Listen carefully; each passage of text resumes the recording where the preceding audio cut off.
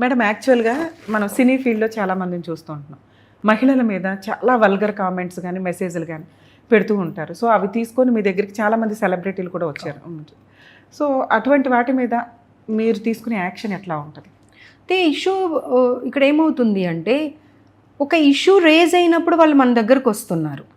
వచ్చినప్పుడు అక్కడ టెంపరీగా దాని గురించి సొల్యూషన్ ఆలోచిస్తున్నారు. నేనేమంటాను, టెంపరీ సొల్యూషన్స్ కోసం వెళ్ళకండి.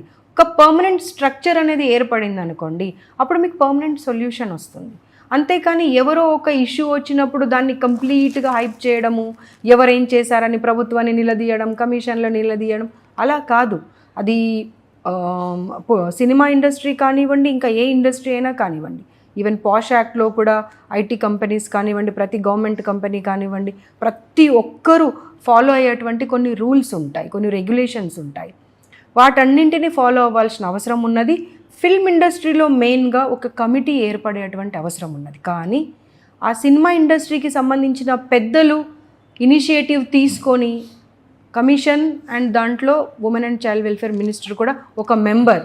కాబట్టి మీరు ఎంతవరకైతే కమిటీని ఫ్రేమ్ చేసుకోరో అంతవరకు ఈ సమస్యలు వస్తూనే ఉంటాయి.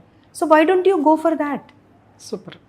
యాక్చువల్గా వాళ్ళకు మా అసోసియేషన్ తరపు నుంచి ఉమెన్ టీం ఒకటి ఫామ్ చేశారండి. మనకి అమ్మాయి ఇష్యూ ఒకటి వచ్చినప్పుడు, పేరు నేను అనట్లేదు కానీ అది ఎంత యాక్టివ్గా ఉందనేది తెలియదు.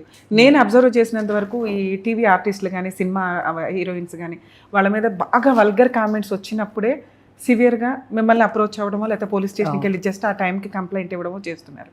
అలా మీకు కంప్లైంట్ వచ్చినప్పుడు ఆ వ్యక్తుల మీద, అంటే సైబర్గా ఎవరైతే ఉన్నారో ఆ వ్యక్తుల మీద మీరు ఎటువంటి యాక్షన్ తీసుకోగలుగుతారు? మీకుండే పవర్స్ ఏంటి? మేము ఇమీడియట్గా ఇన్వెస్టిగేషన్ కోసం పంపిస్తాము, రిపోర్ట్ రావాలని అంటాము. కొన్నిసార్లు పర్సనల్ అపియరెన్స్ అవసరమైనప్పుడు ఏసీపీ ఆఫీస్కి, సిపి ఆఫీస్కి కాల్ చేసి వాళ్ళని తీసుకొని ఇక్కడ వచ్చి కూర్చోబెట్టి ఇన్వెస్టిగేషన్ చేసినటువంటి సందర్భాలు కూడా ఉన్నాయి.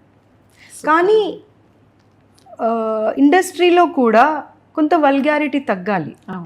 ఈ టీవీ షోస్లో కానివ్వండి, లేకపోతే కొన్ని మనం చూస్తున్నాము, ఫ్యామిలీతో కూర్చొని చూసే పరిస్థితులు లేవు.